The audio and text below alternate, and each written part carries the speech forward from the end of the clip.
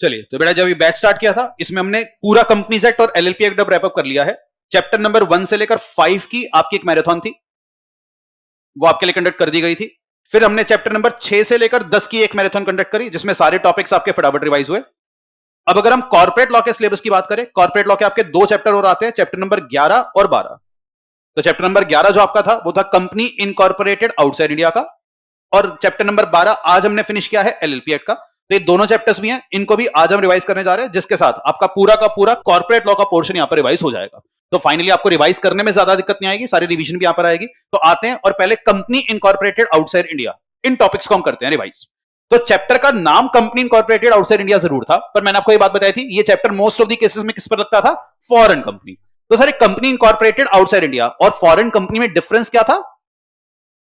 Foreign company एक ऐसी company incorporated outside India को कहा गया था जिसका इंडिया में प्लेस ऑफ बिजनेस था। वो प्लेस ऑफ बिजनेस फिजिकल भी हो सकता है, इलेक्ट्रॉनिक भी हो सकता है, खुद भी हो सकता है, एजेंट के थ्रू भी आप एस्टेब्लिश कर सकते थे। अब यहां पर इलेक्ट्रॉनिक मोड का क्या मतलब था? तो उसके लिए आपको एक निमोनिक दिया गया था। निमोनिक ध्यान है क्या था? TDS on B2B and बी2सी। T से क्या बन गया था? कुछ ट्रांजैक्शंस बता दो। Telemarketing, telecommuting, telemedicine, information research, ये सब आपके टी से आए। डी से आ गया था डिपॉजिट्स का पॉइंट, डेटा कम्युनिकेशन के सर्विसेज, सप्लाई चेन मैनेजमेंट या फिर बिजनेस टू कंज्यूमर जैसी अगर आप ट्रांजैक्शंस करते हैं, ये सब आपका इलेक्ट्रॉनिक मोड में काउंट हो जाएगा। अगली बात, अगर कोई बाहर वाली कंपनी इंडिया में आती तो है, पर वो सिर्फ आईएफएससी तक रिस्ट्रिक्ट होकर सिर्फ वहां अपनी सिक्योरिटी ऑफर करके लिस्ट कराती है, क्या उसको फॉरेन कंपनी की तरफ ट्रीट किया जाएगा? The answer is no. इस ट्रांजैक्शन को हमने इलेक्ट्रॉनिक मोड की डेफिनेशन से बाहर कर दिया। और एक सेक्शन 386 आया था, उसने एक बात क्लैरिफाई करी कि जो आपका शेयर ट्रांसफर या रजिस्ट्रेशन ऑफिस होता है, क्या वो भी प्लेस ऑफ बिजनेस में काउंट हो जाएगा? बिल्कुल। इसका इंपैक्ट क्या था? अगर कोई बाहर वाली कंपनी इंडिया में आकर वैसे बिजनेस नहीं कर रही पर शेयर ट्रांसफर ऑफिस ओपन कर देती है, क्या उसको फॉरेन कंपनी की तरह ट्रीट कर लिया जाएगा? बिल्कुल। यहां कुछ बेसिक बातें मैंने आपको बताई थी। अगर क्वेश्चन कहता है कि बाहर वाली कंपनी इंडिया में आती है, सिर्फ एजेंट हायर किया है, एजेंट कोई कॉन्ट्रैक्ट नहीं कर रहा, उसको फॉरेन कंपनी मानेंगे या नहीं? नहीं। पर अगर एजेंट आता है और इंडिया में कॉन्ट्रैक्ट भी सोर्स करता है, तो ऐसे केस में क्या उसको फॉरेन कंपनी मान लिया जाएगा? बिल्कुल। तो एजेंट वाली बात में इस पॉइंट का आप ध्यान रखिएगा। फिर हम गए इस चैप्टर के सबसे पहले सेक्शन पर, दैट वाज 379। पहली चीज, क्या 379 ने आपको यह सिखाया था कि कौन सी कंपनी फॉरेन कंपनी होती है या कौन सी कंपनी फॉरेन कंपनी नहीं? ना। इसने यह कहा था अगर कोई company as per section 2 foreign company बन चुकी है तो उस पर यह चैप्टर कितना कितना अप्लाई करेगा। तो अगर तो आप एक नॉर्मल फॉरेन कंपनी हो, आपको इस चैप्टर के सिर्फ सेक्शन 380 से लेकर 386, 392 एंड 393 फॉलो करने पड़ेंगे।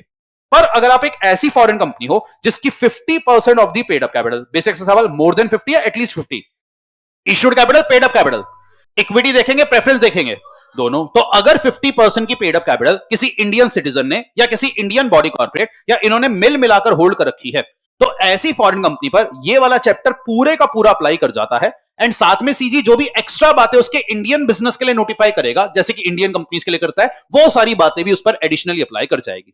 फिर आपका है जी सेक्शन नंबर 380। उसने आपको बताया कि जैसी कोई फॉरेन कंपनी इंडिया में आती है, इंडिया में आते ही प्लेस ऑफ बिजनेस एस्टेब्लिश करने के अगले कुछ दिन में आपको कुछ डॉक्यूमेंट्स आरओसी के पास फाइल करने। कितने दिन में? अरे आंसर आ जी, ऐसे मजा नहीं आता रिवीजन में आपकी हो रही है। हाँ जी, कितने दिन में? 30 दिन में। कौन से फॉर्म में? FC1। तो आप एक फॉर्म FC1 फाइल करेंगे आरओसी के पास within 30 days of establishment of place of business. और इसके साथ कौन कौन से डॉक्यूमेंट्स आएंगे याद है? सबसे पहला इंस्ट्रूमेंट डिफाइनिंग द कॉन्स्टिट्यूशन, जिसमें क्या क्या आ जाएगा? MOA, AOA, वो कानून जिसमें आप बने थे, और अगर वो इंग्लिश लैंग्वेज में नहीं है तो सर्टिफाइड इंग्लिश ट्रांसलेशन कॉपी आपको फाइल करनी पड़ेगी। साथ में आपको क्या बताना पड़ेगा? एड्रेस कौन कौन सा? एक तो जो आपका अपने देश में प्रिंसिपल ऑफिस है उसका, और एक इंडिया में जो आपका ऑफिस होने वाला है उसका एड्रेस। साथ में पर्टिकुलर ऑफ ओपनिंग या closing of place of business on previous occasion, तो पहले कभी भी आपने ऑफिस ओपन या क्लोज किया था उसकी जानकारी। साथ में किस किस के पर्टिकुलर फाइल करने हैं? डायरेक्टर के, और किसके? सेक्रेटरी के। साथ में क्या इंडिया में आपको कोई रिप्रेजेंटेटिव भी अपॉइंट करना होता है? बिल्कुल। तो आपको एक रेजिडेंट को यहां पर रिप्रेजेंटेटिव अपॉइंट करना पड़ेगा जो आपको रिप्रेजेंट करेगा। और अगर किसी भी इंसान ने इस रिप्रेजेंटेटिव को कोई डॉक्यूमेंट सर्व कर दिया, क्या फॉरेन कंपनी पर सर्व मान लिया जाएगा? ये बात कौन से सेक्शन में लिखी थी? ध्यान हो तो 383। तो उसने ये बात बताई थी कि अगर हम इस रिप्रेजेंटेटिव को कोई भी डॉक्यूमेंट सर्व करते हैं तो फॉरेन कंपनी को उसे सर्व मान लिया जाता है। साथ में यहां पर आपको एक डिक्लेरेशन देनी होती थी कि ये सारे लोग पहले कभी भी डीबार नहीं हुए हैं इंडिया में कंपनी चलाने के लिए। पर ये डिक्लेरेशन किस किस के लिए जाती है? क्या सारे डायरेक्टर्स के लिए जाएगी, रिप्रेजेंटेटिव के लिए और सेक्रेटरी के लिए? उसके लिए नहीं जाएगी। इसके अलावा जो भी प्रिस्क्राइब इंफॉर्मेशन सीजी का है वो भी फाइल करना। ये सारे डॉक्यूमेंट जब आप फाइल करते हो, फ्यूचर में अगर कोई भी ऑल्टरेशन होगा, क्या ऑल्टर डॉक्यूमेंट भी फाइल करना पड़ेगा? कितने दिन में? 30 दिन में। कौन से फॉर्म में? FC2। और ये सारे डॉक्यूमेंट कौन से आरओसी के पास फाइल होते हैं? ROC central registration centre. पहले किसके पास फाइल हुआ करते थे? नई दिल्ली पर, अब की बार सीआरसी पर। इस चैप्टर के जो बाकी अदर डॉक्यूमेंट है वो आज भी किसके पास फाइल होते हैं? आरओसी नई दिल्ली के पास। और जितने भी डॉक्यूमेंट है वो आपके इंग्लिश लैंग्वेज में होनी चाहिए। अगर इंग्लिश लैंग्वेज में नहीं है तो आपको एक ट्रांसलेशन फाइल करना पड़ेगा। ट्रांसलेशन कौन कौन कर सकता था? कोई भी एडवोकेट, अटॉर्नी, प्लीडर, जो किसके आगे अपीयर होने के लिए एंटाइटल्ड था? High court. या कोई और पर्सन जो आरओसी को एक एफिडेविट देगा और आरओसी मेक श्योर करेगा कि वो यहां पर ट्रांसलेशन करने के लिए कॉम्पिटेंट था। तो ये बातें आपकी आई थी 380। फिर 381 आपका आ गया था अकाउंट्स ऑफ द कंपनी का। तो क्या एक फॉरेन कंपनी को भी इंडिया में अपनी बैलेंस शीट, पीएनएल बनाने पड़ेंगे? फिर अपने देश के कानून के हिसाब से, शेड्यूल 3 के हिसाब से। शेड्यूल 3 के हिसाब से आप खाते तैयार करना। जो खाते आप तैयार करोगे वो दुनिया जान के सारे बिजनेस के होंगे या सिर्फ इंडियन बिजनेस के? इंडियन बिजनेस के। जो ये खाते आप बनाओगे इसे आरओसी के पास फाइल भी करना। और आरओसी के पास कितने दिन में फाइल करोगे? 6 months from the closure of the financial year. और आरओसी चाहे तो कितना एक्सटेंशन दे सकता था? 3 मंथ्स। और इन खातों के साथ आपको कुछ डॉक्यूमेंट्स अटैच करने पड़ते थे। वो सारे डॉक्यूमेंट जो अकाउंट्स ऑफ द कंपनी के चैप्टर के हिसाब से अटैच होने चाहिए। पेरेंट कंपनी ने जो कंसोलिडेटेड खाते बनाए हैं उसकी कॉपी, जितनी भी रिलेटेड पार्टी ट्रांजैक्शन है उसकी कॉपी, जो भी आपने इंडिया के बाहर प्रॉफिट्स रिपेट्रिएट किए उसकी स्टेटमेंट, कोई और फंड ट्रांसफर किए उसकी स्टेटमेंट, और इंडिया में कौन कौन से प्लेस ऑफ बिजनेस के लिए खाते बने हैं वो सारी जानकारी भी आपको इन डॉक्यूमेंट्स के साथ फाइल करने हैं। और आरओसी के पास आप जो खाते फाइल करोगे अनऑडिटेड होंगे या ऑडिटेड? ऑडिट कौन करेगा? सीए या सीए की फर्म पर। जी, स्कोप ऑफ ऑडिट क्या होगा? दुनिया जान के सारे बिजनेस ऑपरेशन या इंडियन बिजनेस ऑपरेशन? इसके बाद आपका आया सेक्शन 382। उसने डिस्प्ले ऑफ नेम की बातें बताई। उसने कहा जी जितने भी आपके प्लेस ऑफ बिजनेस होंगे, हर प्लेस ऑफ बिजनेस के बाहर आपको 3 चीजें लिखनी होती हैं। क्या क्या? नेम, कंट्री ऑफ इनकॉर्पोरेशन और fact that the liability is limited. और हर प्लेस ऑफ बिजनेस के बाहर ये बात आपको 2 लैंग्वेज में लिखनी होती है। कौन कौन सी? इंग्लिश और लोकल। और आपके जितने भी लेटर हेड्स वगैरह है वहां पर भी ये तीनों बातें लिखनी तो हैं, पर 2 लैंग्वेज में या सिर्फ इंग्लिश चलेगा? वहां पर सिर्फ इंग्लिश लैंग्वेज में आपका काम चल जाता है। इसके बाद 384 आया। उसने बताया कंपनी एक्ट के कुछ एक्स्ट्रा सेक्शन है जो फॉरेन कंपनी को फॉलो करने पड़ेंगे। डिवेंचर वाला, बुक्स ऑफ अकाउंट्स वाला, साथ में सीएसआर का सेक्शन आपका आया, चार्जेस का आया, एंड साथ में इन्वेस्टिगेशन वाला चैप्टर, एंड साथ में फॉरेन कंपनी आपको भी अपनी एक एनुअल रिटर्न फाइल करनी पड़ती है। एनुअल रिटर्न कौन से फॉर्म में फाइल होती है? FC4। कितने दिन में? 60 days from the closure of the financial year. इसके बाद आएगी 385 की फॉरेन कंपनी भी जो डॉक्यूमेंट्स फाइल करेगी उस पर वो भी एक फीस पे करती है। 386 कहां गया? कि जी प्लेस ऑफ बिजनेस में क्या काउंट होगा? Share transfer and registration office. और अगर कोई भी फॉरेन कंपनी इस चैप्टर की बातों को ब्रेक करे, क्या उस पर पनिशमेंट लगनी चाहिए? तो बड़ा 392 में उस पर कितना फाइन था? 1 लाख से 3 लाख पर डे का फाइन कितना था? 50,000। ऑफिस इन डिफॉल्ट पर ऑब्वियसली 25,000 से 5 लाख, ये तो फाइन था। साथ में फॉरेन कंपनी ने, क्योंकि वो नॉन कंप्लायंट है, जितने भी कॉन्ट्रैक्ट्स किए होंगे, कॉन्ट्रैक्ट वैलिड है या इनवैलिड? कॉन्ट्रैक्ट तो वैलिड रहेंगे। और क्या इंडियंस फॉरेन कंपनी को उस कॉन्ट्रैक्ट पर स्यू कर सकते हैं? बिल्कुल। पर क्या फॉरेन कंपनी इंडियंस को स्यू कर पाएगी? The answer is no. And जाते जाते लास्ट सेक्शन में पार्लियामेंट ने सीजी को एक पावर दे दी थी कि अगर वो चाहे तो किसी भी फॉरेन कंपनी को इस चैप्टर की बातों से एग्जाम कर सकता है। क्या सीजी ने अभी तक एग्जाम किया था? एक केस को। किस केस में? अगर वो सिर्फ कहां आकर सिक्योरिटी ऑफर करती है? आईएफएससी। वो वाला केस यहां पर एग्जाम था। फाइनली फॉरेन कंपनी के लास्ट टॉपिक पर हम गए थे जहां पर आपने फंड रेजिंग करना सीखा था।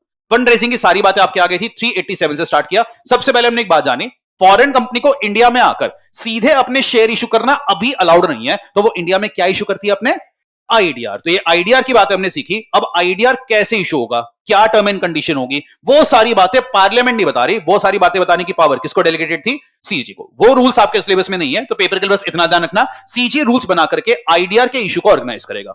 पर कुछ कंपनीज हो सकती है जो इंडिया में फ्यूचर में शेयर इशू करे, अगर वो अलाउ हो जाए। तो अगर फ्यूचर में अलाउ हो जाए उसके इनेबलिंग प्रोविजन अभी ही कानून में बना दिए गए। तो सबसे पहला सेक्शन आया जी 387। तो अगर कोई बाहर वाली कंपनी है वो इंडिया में आकर शेयर इशू करना चाहे, पहला सवाल, ये सेक्शन सिर्फ फॉरेन कंपनी पर लगता है या फॉरेन कंपनी के साथ साथ कंपनी इनकॉर्पोरेटेड आउटसाइड इंडिया पर भी? दोनों पर। तो अब जो हम पढ़ने जा रहे हैं दोनों पर अप्लाई करेगा। तो कोई भी बाहर वाली कंपनी इंडिया में आकर अगर शेयर इशू कर रही है, क्या उसको भी प्रोस्पेक्टस इशू करना पड़ेगा? बेटा प्रोस्पेक्टस में कौन कौन से डिस्क्लोजर जाएंगे? वही सारी बातें जो एक इंडियन कंपनी अपने प्रोस्पेक्टस में बताती है। और इंडियन कंपनी क्या क्या बताती है वो आपने कहां सीखा था? सेक्शन नंबर 26 में। तो सेक्शन 26 वाली सारी बातें फॉरेन कंपनी में बताएगी। उसके अलावा इसके प्रोस्पेक्टस में 5 और बातें आनी चाहिए। 5 बातें कौन कौन सी थी? सबसे पहला पढ़कर बताओ, instrument defining the constitution of the company. दूसरा, कौन से कानून में आप बने हो और इंडिया में कौन से एड्रेस पर इन डॉक्यूमेंट को इंस्पेक्ट किया जा सकता है। पर ये 3 बातें बताने से आप एग्जम्प्ट हो जाओगे। अगर इंडिया में काम करते हुए कितना टाइम हो चुका था? 2 साल। तो ऐसे केस में ये बातें बताने से आप एग्जम्प्ट हो। पर जो अगले 2 पॉइंट है वो आपको हमेशा बताने पड़ेंगे कि जी किस दिन और किस कंट्री में आप इनकॉर्पोरेट हुए थे और इंडिया में आपका प्लेस ऑफ बिजनेस कहां कहां है। ये वाली बातें आपके प्रोस्पेक्टस में हमेशा आनी चाहिए। इसके बाद कंपनी आप जो शेयर एप्लीकेशन फॉर्म इशू करोगे, क्या उसके साथ प्रोस्पेक्टस लगा होना जरूरी है? बिल्कुल। पर एक केस में शेयर एप्लीकेशन फॉर्म बिना प्रोस्पेक्टस के भी जा सकता था। कौन सा? अगर आपने किसको इशू किया था? अंडरराइटर को। अगली बात, क्या प्रोस्पेक्टस में अगर आप एक्सपर्ट की स्टेटमेंट डालना चाहें, क्या वो भी आ सकती है? पर उस केस में कुछ बातों का ध्यान रखना। क्या क्या? एक तो उसने अपनी कंसेंट दी हो, साथ में उसने अपनी कंसेंट विड्रॉ ना करी हो, और क्या प्रोस्पेक्टस के ऊपर भी ये लिखना पड़ेगा कि उसकी कंसेंट आ चुकी है? बिल्कुल। और अगर आप उसकी एक्सपर्ट की जो भी स्टेटमेंट थी प्रोस्पेक्टस में पूरा इंक्लूड ना करके सिर्फ उसका एक रेफरेंस भी दे देते हो, तब भी क्या वो आपके प्रोस्पेक्टस का पार्ट माना जाएगा? बिल्कुल। और साथ ही साथ सेक्शन 33 और 40 की बात भी फॉरेन कंपनी को माननी पड़ेगी। 33 किस चीज का था? अब्रिज प्रोस्पेक्टस, एंड 40 किस चीज का था? लिस्टिंग। और जी फॉरेन कंपनी जो प्रोस्पेक्टस लाएगी सीधा पब्लिक को इशू करेगी या पहले आरओसी के पास फाइल होना चाहिए? आरओसी के पास आपको उसकी कॉपी फाइल करनी पड़ेगी। तो जी आरओसी के पास आप प्रोस्पेक्टस फाइल करना, प्रोस्पेक्टस के साथ जो आप फाइल करोगे, कॉपी तो फाइल करोगे, साथ में कुछ डॉक्यूमेंट भी लगाने पड़ेंगे। इसके लिए रूल नंबर कौन सा आया था, ध्यान हो तो? रूल 11। तो रूल 11 ने कुछ डॉक्यूमेंट्स की लिस्ट आपको दी थी जो आपको फाइल करने पड़ेंगे। एक निमोनिक भी बनाया था, ध्यान हो तो? 2 years contract with expert MD from UP. क्या घर जाकर रिवाइज नहीं कर रहे? चलिए, तो जी 2 years contract with expert MD from UP. तो जी कौन कौन से डॉक्यूमेंट अटैच करने हैं? एक तो पिछले 2 साल में कंपनी ने जितने भी कॉन्ट्रैक्ट किए उनकी कॉपी, बस वो ऑर्डिनरी कोर्स ऑफ बिजनेस के ना हो। एक आपने एमडी के साथ जो भी कॉन्ट्रैक्ट किया उसकी कॉपी, एक्सपर्ट की जो कंसेंट आई थी उसकी कॉपी, एंड यूपी से बना था एक तो आपका अंडरराइटिंग एग्रीमेंट, एंड साथ में पावर ऑफ अटॉर्नी अगर डायरेक्टर ने किसी को ऑथराइज किया था। और कल को अगर फॉरेन कंपनी अपना बिजनेस बंद करती है तो वाइंडिंग अप का chapter as it is apply करेगा, और अगर उसके प्रोस्पेक्टस में मिस स्टेटमेंट्स हैं तो वो 34 से 36 की जो पनिशमेंट इंडियन कंपनी पर लगती है वही आपकी फॉरेन कंपनी पर भी अप्लाई कर जाएगी। तो ये आपका चैप्टर आ गया था कंपनी इनकॉर्पोरेटेड आउटसाइड इंडिया का। चलो, यहां तो आपकी पार्टिसिपेशन कम रही, पर एलएलपी एक्ट में कंपनी रहनी चाहिए, वो बिल्कुल ताजा ताजा हमने पढ़ा है। तो करें जी एलएलपी एक्ट स्टार्ट। चलो आते हैं जी, और अब एलएलपी एक्ट की रिवीजन स्टार्ट करेंगे। हमने जो एलएलपी एक्ट पढ़ा था उसको हमने काफी सारे सेगमेंट्स में डिवाइड करके पढ़ा था। सबसे पहले सेगमेंट नंबर 1 हमने किस चीज का पढ़ा था? वहां पर हमने basics and nature of LLP की बातें करी थी। सेगमेंट नंबर 2 में फिर हमने क्या सीखा? एलएलपी इनकॉर्पोरेट कैसी होगी। सेगमेंट नंबर 3 में पार्टनर उनका आपस में रिलेशन क्या होगा। सेगमेंट नंबर 4 में एलएलपी और उसके पार्टनर्स का आपस में रिलेशन क्या होगा। सेगमेंट नंबर 5 में capital contribution and financial disclosure की बातें, एंड फाइनली आपका आ गया था एक मिसलेनियस सेगमेंट। तो पूरा एलएलपी एक्ट सिर्फ इन 6 टॉपिक्स में डिवाइडेड है, जिससे आपकी एलएलपी एक्ट पर ग्रिप बन जाएगी। सबसे पहले आते हैं basics and nature of LLP पर। एलएलपी एक्ट का सेक्शन नंबर 1 आपको क्या बताता है? इस एक्ट का टाइटल क्या होगा? LLP act. कहां अप्लाई करेगा? पूरे के पूरे इंडिया पर अप्लाई करता है, और इस कानून को फोर्स में लाने की पावर किसको दे दी गई थी? सीजी। तो सीजी ने धीरे धीरे करके एलएलपी एक्ट को किया था नोटिफाई। तो हमने सीखा था एलएलपी एक्ट 2008 में बन तो गया था, इसका पहला सेक्शन सीजी ने नोटिफाई किया था 31 मार्च 2009। इस दिन से आपका एलएलपी एक्ट फोर्स में आया। फिर सेक्शन 2 आपका आता था डेफिनेशन का। सबसे पहली इंपॉर्टेंट डेफिनेशन हमने यहां पर पढ़ी थी एलएलपी की। What do you mean by LLP? LLP means a partnership formed या रजिस्टर्ड अंडर दिस एक्ट। तो जी एक ऐसी पार्टनरशिप जिसको इस कानून में बनाया जाएगा उसको एलएलपी माना जाएगा। पार्टनरशिप का मतलब जब यहां पे हमने पढ़ा तो एक डाउट आया, क्या सर इंडियन पार्टनरशिप एक्ट की बातें भी एलएलपी पर अप्लाई कर जाएगी? उस पर क्लैरिटी कौन सी सेक्शन दी? Section number 4। उसने शुरू में ही क्लैरिफाई कर दिया कि इंडियन पार्टनरशिप एक्ट एलएलपी पर अप्लाई नहीं करता, बिकॉज पार्टनरशिप फर्म तो बाय नेचर बॉडी कॉर्पोरेट नहीं होती, पर क्या एलएलपी बॉडी कॉर्पोरेट होती है?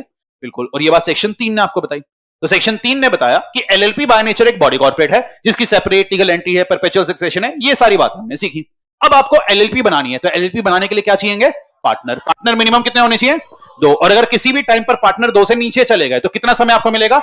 6 महीने। अगर 6 महीने में भी पार्टनर इंक्रीज नहीं किया तो क्या होगा? वो पार्टनर हो जाएगा पर्सनल लायबिलिटी। और साथ में क्या इस ग्राउंड पर बाद में एलएलपी को वाइंड अप भी कराया जा सकता है। ये बात कौन से सेक्शन में सीखी? तो जी पार्टनर 6 महीने में बढ़ाने का समय मिलेगा, सेक्शन नंबर आया 6। तो जी मिनिमम 2 पार्टनर होने चाहिए। पार्टनर कौन कौन बन सकता है? इंडिविजुअल भी या फिर कोई बॉडी कॉर्पोरेट भी। पर इंडिविजुअल की 3 डिस्क्वालिफिकेशन आई थी। क्या क्या? वो अनसाउंड माइंड का नहीं होना चाहिए, वो अनडिस्चार्ज इंसॉल्वेंट ना हो, या अपनी इंसॉल्वेंसी की एप्लीकेशन उसने खुद से फाइल ना करी हो। एंड फिर यहां पर हमने बॉडी कॉर्पोरेट वर्ड का मतलब भी सीखा था। बॉडी कॉर्पोरेट का मतलब क्या गया था? बॉडी कॉर्पोरेट में क्या क्या आएगा? कंपनीज एक्ट वाली company, company incorporated outside India, LLP act वाली एलएलपी और एलएलपी इनकॉर्पोरेटेड। पर 3 चीजें बॉडी कॉर्पोरेट में नहीं आती। क्या क्या? कॉर्पोरेशन सोल, कोऑपरेटिव सोसाइटी, या कोई भी बॉडी कॉर्पोरेट जिसको सीजी करेगा प्रिस्क्राइब। पर सीजी किसे बॉडी कॉर्पोरेट की डेफिनेशन से बाहर नहीं कर सकता, कंपनी या एलएलपी को बाहर नहीं कर पाएगा। तो ये तो सारी बातें हमने सीखी पार्टनर की। पर एलएलपी में पार्टनर के साथ साथ क्या होते हैं? Designated partner. सबसे पहला सवाल, जब पार्टनर है तो डीपी की क्या आवश्यकता? डीपी का क्या काम होगा? तो एलएलपी के जितने भी कंप्लायंसेस हैं वो सारे कंप्लायंस करने की जिम्मेवारी डीपी की होती है। और अगर एलएलपी एक्ट में कुछ भी नहीं लिखा, हर नॉन कंप्लायंस की पेनल्टी किसके ऊपर लग जाएगी? डेजिग्नेटेड पार्टनर पर। सवाल उठता है जी मिनिमम डीपी कितने होने चाहिए? डीपी हमेशा सिर्फ इंडिविजुअल होगा, बॉडी कॉर्पोरेट भी होता है, हमेशा इंडिविजुअल। पर यहां पर ध्यान रखना, एक इंडिविजुअल क्या होना चाहिए इंडिया का?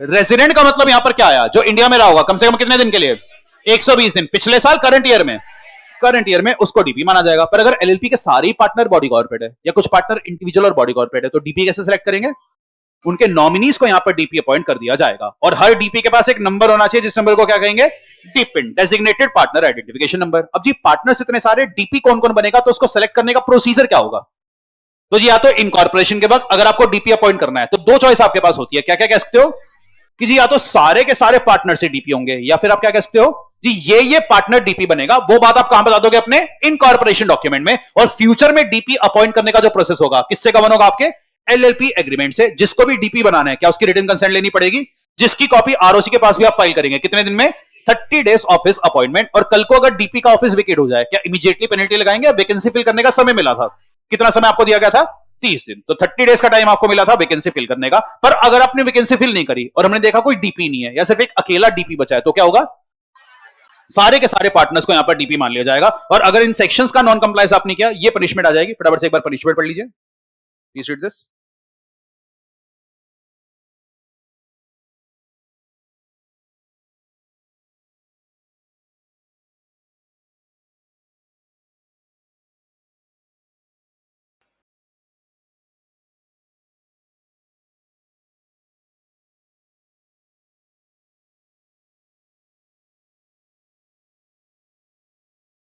ये आपका सेगमेंट नंबर 1 आता है, basics and nature of LLP का। एंड सेक्शन 2 की एक और डेफिनेशन मैंने यहां पर पढ़ ली थी, दैट वाज स्मॉल एलएलपी। किसी भी एलएलपी को स्मॉल कब माना गया था, जब उसमें कैपिटल कंट्रीब्यूशन मैक्सिमम कितना था एंड टर्नओवर मैक्सिमम कितनी थी, 40। तो ये सेगमेंट 1 आया था जो आपकी कॉम्पैक्ट के पेज नंबर 1 एंड 2 पर कवर्ड था। इसके बाद हम गए थे अपने सेगमेंट नंबर 2 पर, जो आपका आ गया था इनकॉर्पोरेशन, कॉम्पैक्ट का पेज नंबर 3। तब हम इनकॉर्पोरेशन की बातें सीख रहे हैं। किसी भी एलएलपी को इनकॉर्पोरेट करना है, सीधा इनकॉर्पोरेट कराओगे, पहले नाम रिजर्व करना पड़ेगा, जिसका नामकरण करना पड़ेगा। नामकरण करते वक्त कुछ बातों का ध्यान रखना कि उसका नाम हमेशा कौन से वर्ड से एंड होगा, एलएलपी या लिमिटेड लायबिलिटी पार्टनरशिप। उसका नाम कैसा नहीं होना चाहिए, सीजी के ओपिनियन में अनडिजायरेबल, और किसके नाम से मिलता जुलता ना हो, किसी कंपनी के, किसी एलएलपी के, किसी ट्रेडमार्क के। इन सारी बातों का ध्यान रखते हुए आप एलएलपी का नाम रिजर्व करवाने के लिए कौन से फॉर्म का इस्तेमाल करोगे, रन एलएलपी। और आरओसी कितने टाइम के लिए आपका नाम रिजर्व कर देगा, 3 महीने। फिर उस नाम के साथ आप एलएलपी को इनकॉर्पोरेट करा लेना। पर इनकॉर्पोरेट होने के बाद पता चला जी ये नाम तो मिलता जुलता है, क्या उसका नाम रेक्टिफाई कराने की पावर थी, रेक्टिफाई करने की पावर किसके पास है, कौन ऑर्डर पास करेगा, सीजी। और सीजी के ऑर्डर पर एलएलपी को नाम रेक्टिफाई करना पड़ता है कितने टाइम के अंदर, 3 महीने के अंदर अंदर। पर सीजी किसकी एप्लीकेशन पर रेक्टिफिकेशन के लिए बोलेगा, या तो एलएलपी या फिर कंपनी या किसी ट्रेडमार्क होल्डर। पर ट्रेडमार्क होल्डर की एप्लीकेशन कितने टाइम में आनी चाहिए, अगर सीजी के कहने पर आपने नाम चेंज कर लिया तो आरओसी के बाद आप कितने दिन में बताओगे, 15 दिन में। और नया एलएलपी एग्रीमेंट 30 दिन में फाइल कर दोगे। पर अगर आपने सीजी के कहने पर नाम नहीं बदला तो सीजी आपको ऑटोमेटिकली एक नया नाम दे देगा, कौन सा, ORDNC, year of passing of direction, serial number and LLP, ये बन जाएगा आपकी एलएलपी का नया नाम। तो ये सारी बातें नामकरण के लिए आई थी। फिर हमने एलएलपी को इनकॉर्पोरेट करना सीखा था सेक्शन नंबर 11 में। तो अगर आप एलएलपी को इनकॉर्पोरेट करना चाह रहे हैं तो आपको एक इनकॉर्पोरेशन डॉक्यूमेंट बनाना पड़ता है, कौन से फॉर्म में, चलिए थोड़ा यहां पर एक फॉर्म फिल आता है। तो आप ये इनकॉर्पोरेशन डॉक्यूमेंट फाइल करेंगे, जिसमें कम से कम 2 लोग सब्सक्राइब करके पार्टनर बनेंगे। एंड साथ में जाएगी एक डिक्लेरेशन बाय अ प्रोफेशनल कि आपने सारा कानून कंप्लाई कर लिया है। एंड इनकॉर्पोरेशन डॉक्यूमेंट में आप क्या क्या बातें बताते हो, नेम साथ में, बिजनेस साथ में, एड्रेस ऑफ द एलएलपी, फिर name and address of all the partner, name and address of all the designated partner and prescribed information. And जैसे ये सारे डॉक्यूमेंट्स आप फाइल करेंगे, आरओसी इन सारे डॉक्यूमेंट्स को चेक करके सर्टिफिकेट ऑफ इनकॉर्पोरेशन कितने दिन में दे देगा, 14 डेज। और वो कैसे एविडेंस बन जाएगा, conclusive evidence. And what is the effect of registration, किसी एलएलपी को वही बॉडी कॉर्पोरेट वाले सारे फीचर मिल जाते हैं कि एलएलपी एग्जिस्टेंस में आएगी, separate legal entity, perpetual succession है। एंड फाइनली क्या हर एलएलपी का भी एक रजिस्टर्ड ऑफिस होना चाहिए, बिल्कुल जी, हर एलएलपी का भी एक रजिस्टर्ड ऑफिस होगा। अगर आपने रजिस्टर्ड ऑफिस पर कोई भी डॉक्यूमेंट सर्व कर दिया है, उसे एलएलपी उसके पार्टनर्स पर सर्व मान लिया जाता है। और रजिस्टर्ड ऑफिस को भी आप चेंज कर पाओगे, चेंज करने के लिए भी प्रिस्क्राइब्ड बातें आप यहां पर फॉलो करेंगे। तो जी ये सेगमेंट नंबर 2 आपका आ गया था इनकॉर्पोरेशन। सेगमेंट नंबर 3 किस चीज का था, तो जी किसी भी एलएलपी का पार्टनर बनने का तरीका क्या होता है। आज अगर पार्टनर बनना चाह रहे हो तो या तो इनकॉर्पोरेशन होते वक्त इनकॉर्पोरेशन डॉक्यूमेंट में आपका नाम आ जाए, फ्यूचर में पार्टनर बनना है तो वो बात कहां लिखी होगी, एलएलपी एग्रीमेंट में। तो सेक्शन 22 ने ये बात बताई कि जी इनकॉर्पोरेशन के वक्त जिस जिसका नाम एलएलपी के इनकॉर्पोरेशन डॉक्यूमेंट में लिखा होगा उसको पार्टनर मान लिया जाएगा। बाद में अगर आप पार्टनर बनना चाह रहे हो तो वो बात कहां लिखी होगी, आपके एलएलपी एग्रीमेंट में। पार्टनर्स का आपस में क्या प्रॉफिट शेयरिंग होगा, क्या इंटरेस्ट होगा, वो सारी बातें कहां लिखी होगी।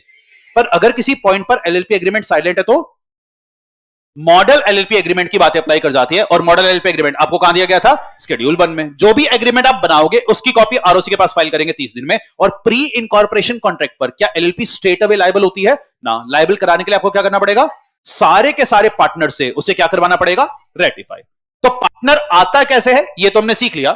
फिर सेक्शन 24 ने आपको सिखाया था पार्टनर जाता कैसे है। एंड यहां पर दो केसेस हमने देखे थे, voluntary cessation and compulsory cessation. सबसे पहले वॉलंटरी सिसेशन, अगर कोई पार्टनर स्वेच्छा से एलएलपी को छोड़ना चाहता है तो उसका तरीका क्या होगा? एक्ट ने बताया था, आपका एग्रीमेंट बताएगा। पर अगर एग्रीमेंट में कुछ ना लिखा हो तो कितने दिन का नोटिस देकर पार्टनर एलएलपी छोड़ सकता है?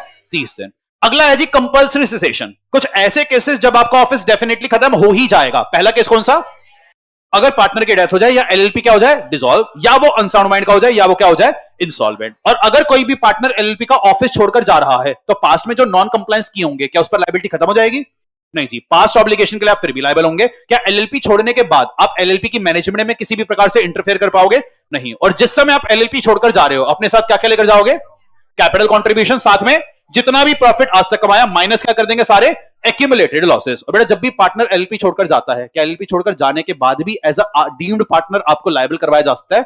बिल्कुल। इसलिए ध्यान रखना, जब भी एज अ पार्टनर आप ऑफिस वेकेट कर जाते हो या तो वो बात आपके क्रेडिटर को आप बता देना, वरना वो बात आरओसी को बता देना। अगर आपने ये बात नहीं बताई तो उस क्रेडिटर्स के टुवर्ड्स आपको डीम्ड पार्टनर मानकर लायबल करा दिया जाएगा। तो यहां से एक ही बात समझ में आती है, जब पार्टनर जाएगा वो एलएलपी को बताता है तो क्या एलएलपी को ये बात आरओसी को इंटीमेट करनी चाहिए? कितने दिन के अंदर?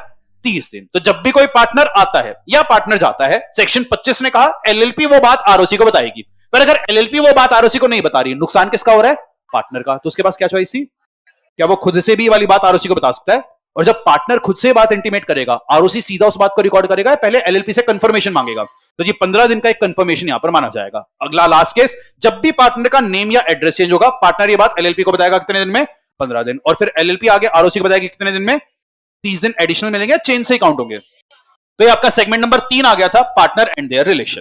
तो बेसिक्स एंड नेचर हमने जाना, इनकॉर्पोरेशन हमने जाना, पार्टनर और उनका रिलेशन जाना। बताओ जी, पढ़ना जाओगे, ब्रेक लेने जाओगे? निपटाए? निपटाने का फायदा है साथ साथ रिवाइज करोगे। सेगमेंट नंबर 4 किस चीज का आ गया था? Relation between LLP and it's. तो क्या पार्टनर अपनी एलएलपी का एजेंट होता है? अगर नॉर्मल फर्म बनाई है क्या पार्टनर फर्म का भी एजेंट होता है? पर क्या एक पार्टनर किसी दूसरे पार्टनर का एजेंट होता है? बेटा एलएलपी के केस में तो नहीं, पर क्या फर्म के केस में हो जाता है? और यही से हमने क्या सीखा, एलएलपी में क्या नहीं होती? म्यूचुअल एजेंसी नहीं होती। अब सबसे पहला सवाल, अगर एक पार्टनर अपना सारा काम प्रॉपरली करे, विद इन अथॉरिटी करे और एलएलपी एग्रीमेंट की बात के हिसाब से करे, क्या पार्टनर कभी भी पर्सनली लायबल होगा? The answer is no. LLP के सारी लायबिलिटीज के लिए कौन लायबल होती है? एलएलपी। तो एलएलपी लायबल होगी अगर पार्टनर ने सारा काम तरीके से किया है। तो ऐसे केस में एलएलपी ही सारे ट्रांजैक्शंस को मीट करेगी एंड सारी ऑब्लिगेशन एलएलपी के एसेट से ही मीट करी जाएगी। पार्टनर कभी भी वहां पर पर्सनली लायबल नहीं होता। पर अगला सवाल, पार्टनर ने एक ऐसा काम कर दिया जो एलएलपी के बिजनेस में ही नहीं था, जिसके लिए एलएलपी कभी बनी ही नहीं थी, क्या वहां पर एलएलपी कभी भी लायबल होगी? नहीं जी। तो अगर आपने एक ऐसा काम किया है जो एलएलपी की अथॉरिटी में नहीं था और थर्ड पर्सन को भी यह बात पता थी, इस ट्रांजैक्शन पर वो लायबल नहीं होती। यहां पर कौन सी डॉक्ट्रिन लगाई थी? अल्ट्रावायरस। और थर्ड पार्टी क्या कह सकते हैं, मुझे क्या पता बिजनेस था या नहीं? नहीं जी, क्योंकि इनकॉर्पोरेशन डॉक्यूमेंट आपका पब्लिक डॉक्यूमेंट होता है, तो वहां पर क्या माना जाएगा? आपके पास क्या था? Constructive notice. अगला केस हमने जाना, एलएलपी बनी थी कोचिंग के बिजनेस के लिए। हमने पार्टनर को कहा था ये क्लास 10,000 में मिनिमम सेल करियो, पर वो 5,000 में सेल कर आ गया। तो यहां जो ये लॉस हुआ है, क्या इस लॉस की वजह से एलएलपी थर्ड पार्टीज के कॉन्ट्रैक्ट को ऑनर करने को बाउंड है? बड़ा कॉन्ट्रैक्ट को तो ऑनर करना पड़ेगा। तो यहां एलएलपी आप कॉन्ट्रैक्ट को ऑनर करने को तो बाउंड होगे, पर यहां पर जो भी नुकसान हुआ होगा क्या उसकी भरपाई उस पार्टनर से आप कर पाओगे? यस। तो अपने रॉन्गफुल एक्ट के लिए पार्टनर यहां पर लायबल है, पर अगर वो पार्टनर भरपाई नहीं कर पाया क्या बाकी पार्टनर से यहां पर लायबल हो जाएंगे? आंसर इज नो, बिकॉज यहां पर क्या नहीं होता?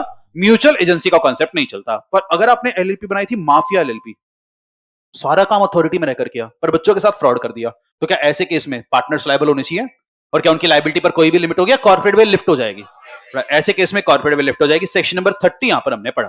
तो अगर आप फ्रॉडलेंट पर्पस के लिए एलएलपी बनाएंगे तो ऐसे केस में कॉर्पोरेट वे लिफ्ट हो जाती है एंड यहां पर पार्टनर्स की अनलिमिटेड लायबिलिटी आ जाती है। पर एलएलपी अगर यह साबित कर दे उसकी नॉलेज के बिना पार्टनर ने खुद से कोई फ्रॉड किया है, एलएलपी वहां पर बच सकती है। और बड़ा लायबिलिटी सिर्फ अनलिमिटेड है या सामने वाली पार्टी के डैमेजेस भी पे करने पड़ेंगे?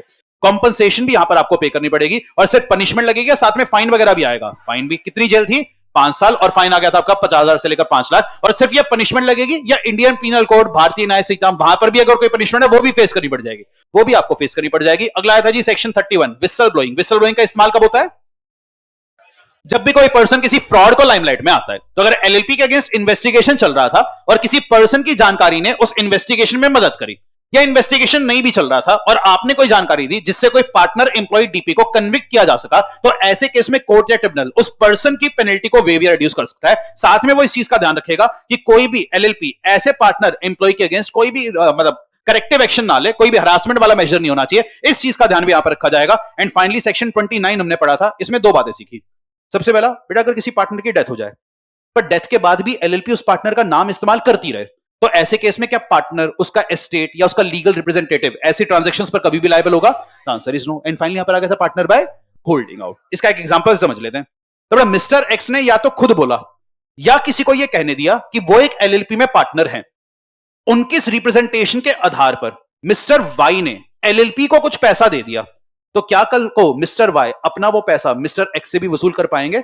बिल्कुल। इसी केस में मिस्टर एक्स क्या बन जाते हैं? Partner by holding out. बेटा मिस्टर वाई ने बात सुनी, ये बात मिस्टर एक्स की नॉलेज में थी, तब तो मिस्टर एक्स लायबल है। पर ये बात मिस्टर एक्स की नॉलेज में नहीं थी और वाई ने बात सुनी थी, तब भी क्या मिस्टर वाई के टुवर्ड्स आपकी लायबिलिटी है? बिल्कुल। दैट इज आइदर विद और विदाउट नॉलेज। अगर उन्होंने खुद को पार्टनर की तरह रिप्रेजेंट किया या होने दिया, तो जिस भी इंसान तक वो रिप्रेजेंटेशन पहुंची है और उसने उस रिप्रेजेंटेशन के आधार पर एलएलपी को पैसा दिया, तो मिस्टर एक्स यहां पर वाई से अपना पैसा रिकवर कर पाएंगे। तो आपका सेगमेंट नंबर 4 आ गया था, एलएलपी और उसके पार्टनर्स का रिलेशन। सेगमेंट नंबर 5 कौन सा था? Capital contribution and financial disclosure. तो जी कोई भी पार्टनर एलएलपी को जो कैपिटल कंट्रीब्यूशन देगा, किस किस फॉर्म में दे सकता है? क्या बड़ा मनी के फॉर्म में दे सकते हो? बिल्कुल। क्या किसी एसेट के फॉर्म में दे सकते हो? बिल्कुल। क्या कॉन्ट्रैक्ट फॉर सर्विस के फॉर्म में भी दे सकते हो? पर जब भी आप किसी भी प्रकार से कैपिटल कंट्रीब्यूशन देंगे, क्या उसकी मॉनेटरी वैल्यू आपको कैलकुलेट करवानी पड़ेगी? बिल्कुल। जिसको आप अपने एलएलपी एग्रीमेंट में डिस्क्लोज करेंगे, और किसी पार्टनर की कितनी लायबिलिटी है, ये भी बात कहां से पता चलेगी? एलएलपी एग्रीमेंट से। अगली बात, तीनों पार्टनर ने कहा था हम 10-10 लाख रुपए एलएलपी को देंगे, पर बाद में उन्होंने आपस में कॉम्प्रोमाइज करके एक पार्टनर की जिम्मेवारी 10 से 5 लाख कर दी, पर क्रेडिटर से अप्रूवल नहीं लिया। क्या क्रेडिटर बाकी का 5 लाख भी इस पार्टनर से मंगवा पाएगा? The answer is yes. तो अगर पार्टनर आपस में कोई भी कॉम्प्रोमाइज करते हैं, उस पर आपको क्रेडिटर से अप्रूवल लेना पड़ेगा। बिना उसके अप्रूवल के अगर आपने काम कर दिया, तो ऐसे केस में क्रेडिटर यहां पर सारा पैसा आपसे रिकवर कर जाएगा। एंड फाइनली यहां पर बात आई थी आपके फाइनेंशियल डिस्क्लोजर। क्या बड़ा हर एलएलपी को भी अपने बुक्स ऑफ अकाउंट्स बनाने पड़ते हैं? कैश बेसिस, अक्रूवल बेसिस, दोनों अलाउड थे। Single entry system, double entry. Double entry system वो भी आपके true and fair view provide करेंगे। उनको प्रिजर्व करके काम पर रखना रजिस्टर्ड ऑफिस पर। कितने साल तक? 8 साल तक खाते प्रिजर्व कर आपको रखने हैं। बेटा सिर्फ बुक्स ऑफ अकाउंट्स बनाओगे, फाइनेंशियल स्टेटमेंट भी। एलएलपी के फाइनेंशियल स्टेटमेंट को हम क्या बोलते हैं? Statement of account and solvency. तो जी ये भी आपको तैयार करना पड़ेगा, और इसकी कॉपी आपको आरओसी के पास फाइल, सॉरी इनकी तैयारी तो सबसे पहले करना 6 महीने में, फिर कॉपी कितने दिन में फाइल कर देंगे? 30 days after the end of 6 months. और क्या एलएलपी को भी ऑडिट करवाना पड़ता है?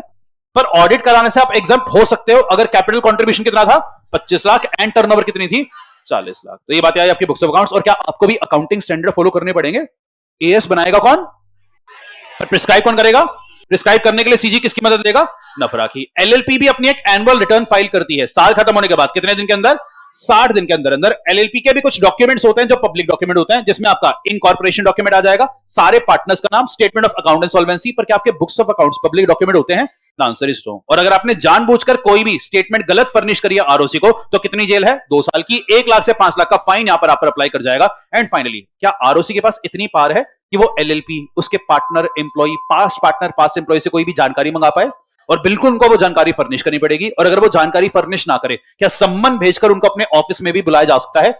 एंड लास्टली हमने बात जानी थी कंपाउंडिंग। कंपाउंडिंग क्या होता है? अपने ऑफेंस की माफी मांग लेना। ठीक है जी, हमसे ऑफेंस हो गया था, कृपया माफ कर दीजिए। एलएलपी एक्ट के कौन कौन से ऑफेंसेस को आप कंपाउंड करा पाएंगे? वो सिर्फ किससे पनिशेबल थे?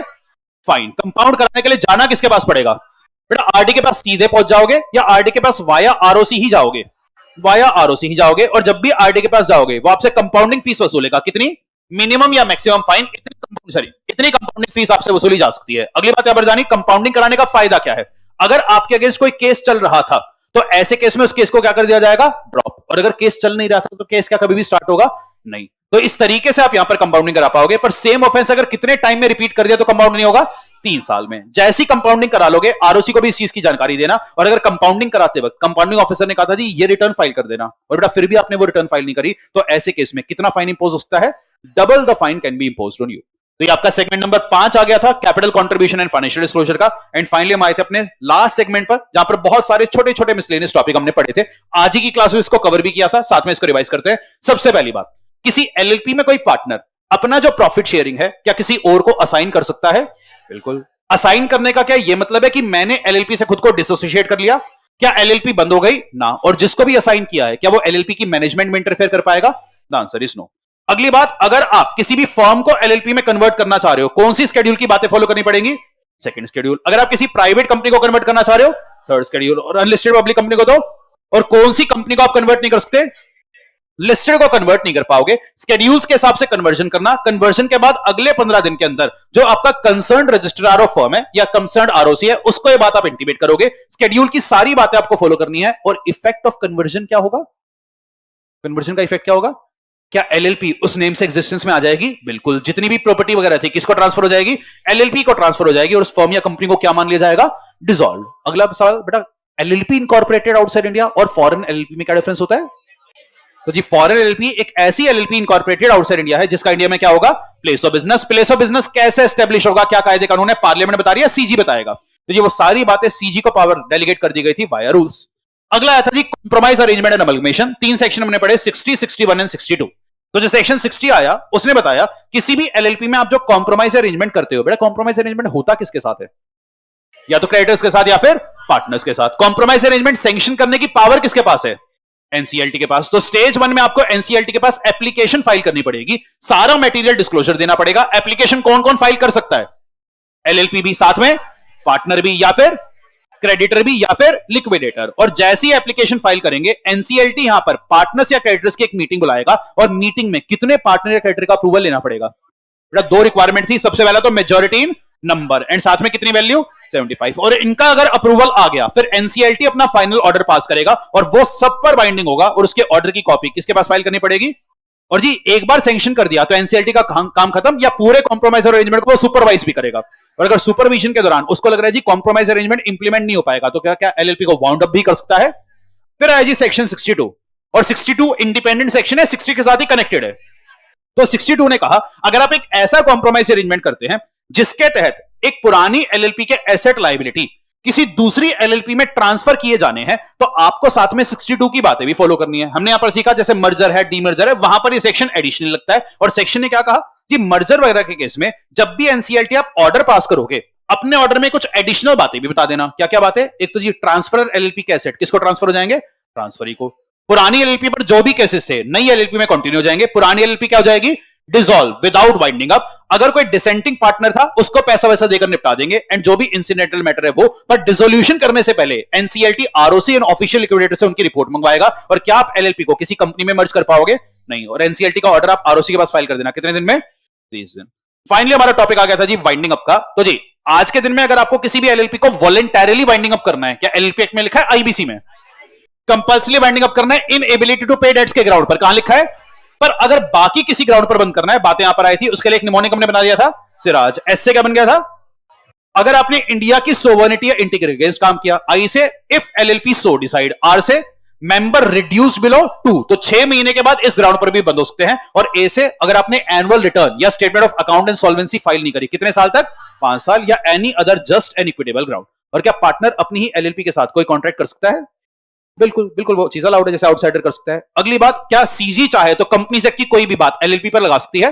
पर उस नोटिफिकेशन की ड्राफ्ट कॉपी आपके पार्लियामेंट के आगे कितने दिन के लिए पेश करनी पड़ेगी? 30 दिन। साथ ही साथ अगर एलएलपी आपने कोई डॉक्यूमेंट फाइल नहीं किया था तो प्रिस्क्राइब टाइम के बाद आप फाइल तो कर सकते हो, पर एडिशनल फाइन आपको पे करना पड़ेगा। और उस केस में ध्यान रखना एडिशनल फीस के साथ डॉक्यूमेंट तो फाइल हो जाएगा, फिर क्या उस सेक्शन की पेनल्टी से बच पाओगे? नहीं, वो पेनल्टी आप पर फिर भी लगेगी। एंड अगर आपने एलएलपी एक्ट का कोई भी ऑफेंस दोबारा से कर दिया तो जेल कितने साल के लिए जाओगे? Same term. पर जो फाइन लगेगा वो क्या हो सकता है? Double. This is all about LLP. मिलते हैं नेक्स्ट क्लास में। Take care, bye bye.